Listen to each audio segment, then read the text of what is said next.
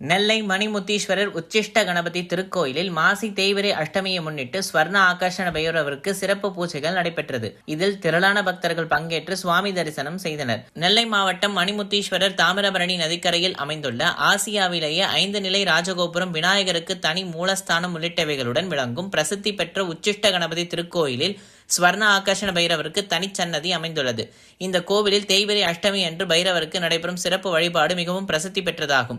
அந்த வகையில் மாசி மாதம் தேய்பிறை மகா அஷ்டமியை முன்னிட்டு ஸ்வர்ண ஆகர்ஷண பைரவருக்கு சிறப்பு பூஜைகள் நடைபெற்றது. இதற்காக கோவிலில் அமைக்கப்பட்ட யாகசாலையில் பைரவர் ஹோமம் நடத்தப்பட்டதைத் தொடர்ந்து பைரவருக்கு மஞ்சள், பால், தயிர், இளநீர் உள்ளிட்ட பல்வேறு அபிஷேக திரவியங்கள் கொண்டு சிறப்பு அபிஷேகம் நடைபெற்றது.